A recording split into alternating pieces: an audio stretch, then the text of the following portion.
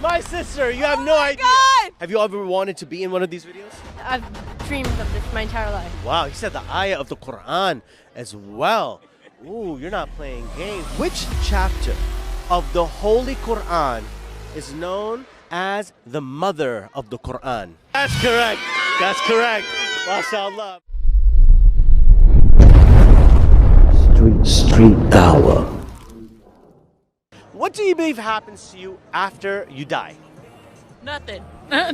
No, the Best drunken sleep you could imagine, except you never wake up with a hangover. Wow, so you just never wake up? Yeah, you just never wake up. Okay. Yeah. If it's reincarnation, I'd like to be a tree. You would like to be a tree? Yep. Okay, so you're saying that might be reincarnation. You think that there's nothing at all?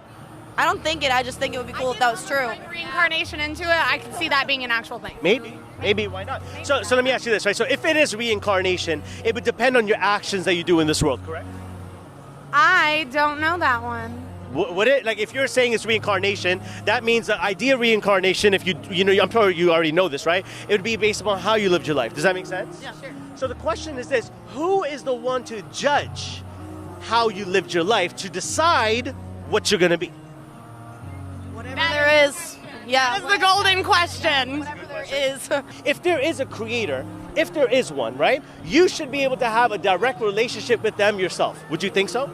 Absolutely. Yeah, right? So no one can interfere with it, no money, no nothing, and it's also a level playing field, meaning it doesn't matter how rich you are, how poor you are, what's your skin color, it doesn't matter, because everyone has the equal opportunity with developing a relationship with this creator. Does that make sense? Yes. Okay, very fine, right?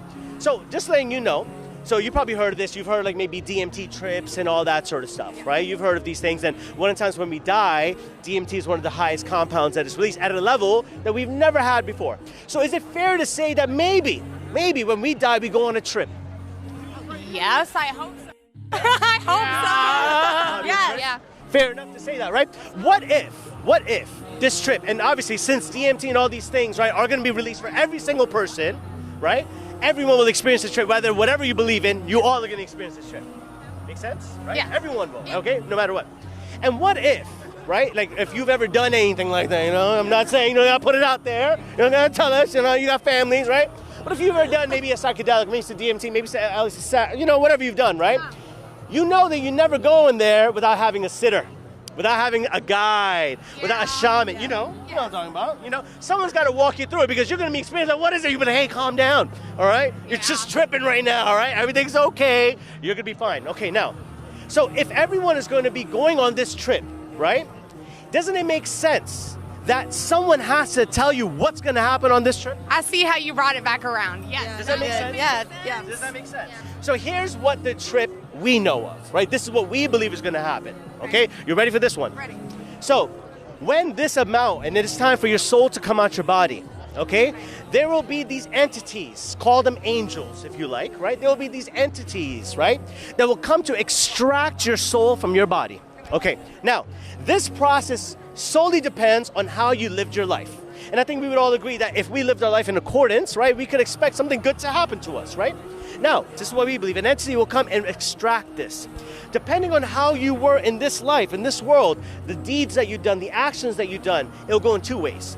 One way, it will come out of your body so smooth. Like, you know how a water drop comes out the faucet? Just drops, no problem, very smooth.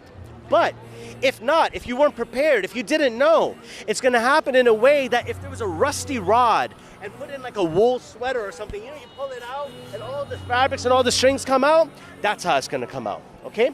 After that, these entities take you and they wrap your soul in a shroud, like in a blanket or in some type of cloth. Very beautiful. It smells like you've never smelled before. Things you've never seen before. Colors you've never experienced before. Things like, whoa, what's happening over here? And you're going to be you're going to be elevating, okay? And you're going to pass through the different realms of the heavens, because this is just one realm of the heavens. It is far beyond what we know, okay? And along the way, your eyes are now officially open to the world and the truth of the world and what's this really, really about. And along the way, they're going to be calling you by the nicest names. They're going to be greeting you in the nicest way. The things they used to say about you, the nicest thing. Wow, such and such was such an honest person, a good person, a generous person, You're going to be feeling smiling just like that. Exactly like that, okay? So you get taken up and you find out that, whoa, this is just a preview of what's to come.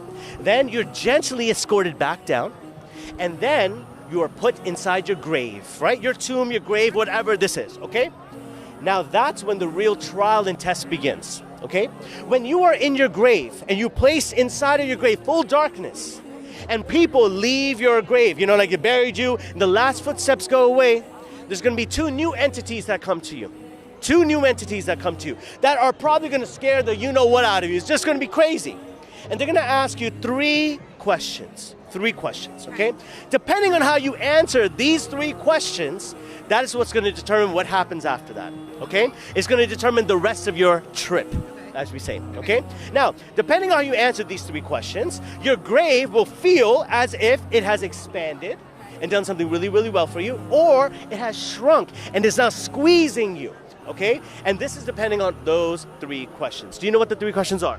No. Do you know that my belief system is the only one that has an explanation of this? No one else does. Isn't it interesting? This is the first time you've heard this before. Yeah. You've never heard this before. No. Never heard this, right? Usually we hear you go to heaven, you go to hell. We're not even talking about that yet. Yeah. That comes later on. Because we believe that that's just the first part. Because when we die, the world is still happening around us, right? So our trip, wherever state we're stuck in, right? Which could be a great trip, it could be an amazing trip, or it could be a nightmare. And that nightmare could feel like a lifetime in eternity. Or the great trip could be like, oh wait, I'm done already? What happened? I want to go back in. It just depends, right? And it depends on how you lived your life. Our argument, our claim is that, look, if there is a creator of this universe, someone who made you, someone who made me, they have the right to tell you how, not how do you live your life, but how do you operate this machinery? This machinery, how do we operate it? The same way when you buy an Apple phone or whatever, they give you a manual. They give you a manual. Not because they want to control you, because, hey, listen, don't put it in a microwave, bro. Don't do it. It's bad for you. You know what I mean? It's going to mess your phone up, right? The same way, there's certain things that could either affect you physically, they could harm you, or they could mess you up spiritually, mentally, emotionally, psychologically. There's certain things, and this creator just wants to look out for you, okay? So this is what I'm offering you guys. Learn about it on your own. I'm not going to even say, hey guys, follow me. No, learn it on your own. Was it interesting enough for you to want to learn more? Yes. Yes? Absolutely. You made a very good argument. Yes. I could give you the text that I follow so you can explore it on your own, to educate yourself so you can know what those three questions are, what it is, all on your own. I'm not going to even tell you. You're not going to tell us the three Okay. questions? You're going to find out yourself. Please Yeah. tell me. You want to know the Yeah, we questions? want you to tell Okay, us. let me get it. Okay. So, do you know what I follow right now? Do you know what my... No? No, really? Take a guess. Come on. Come on, bro. We gonna say it.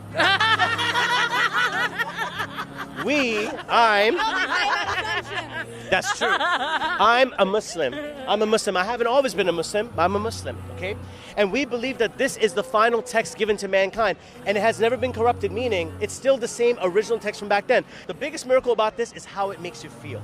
When you read this, and you know, you can only read this when you're allowed to, because this book has to call you. And if this, it's the same thing like other things, right?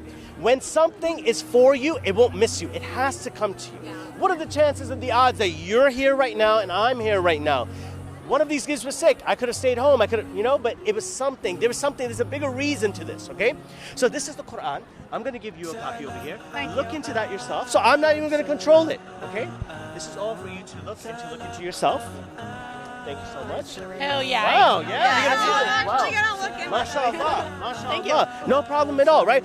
Ladies, thank you so much. I appreciate you. Okay, have a beautiful night. Stay safe. Stay safe. All right, bye-bye. Bye, take care.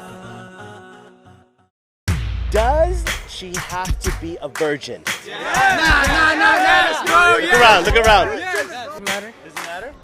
I guess it does. You think she does? Yeah. Sir? I'm a virgin. I expect her to be. Fair. Very fair. Very fair. She's a new woman. I like that. Yeah? She's a new hijab. I like that. Yeah? So reverse sister, you're good with that? I'm perfect with that. You're perfect with that. I'm perfect with that.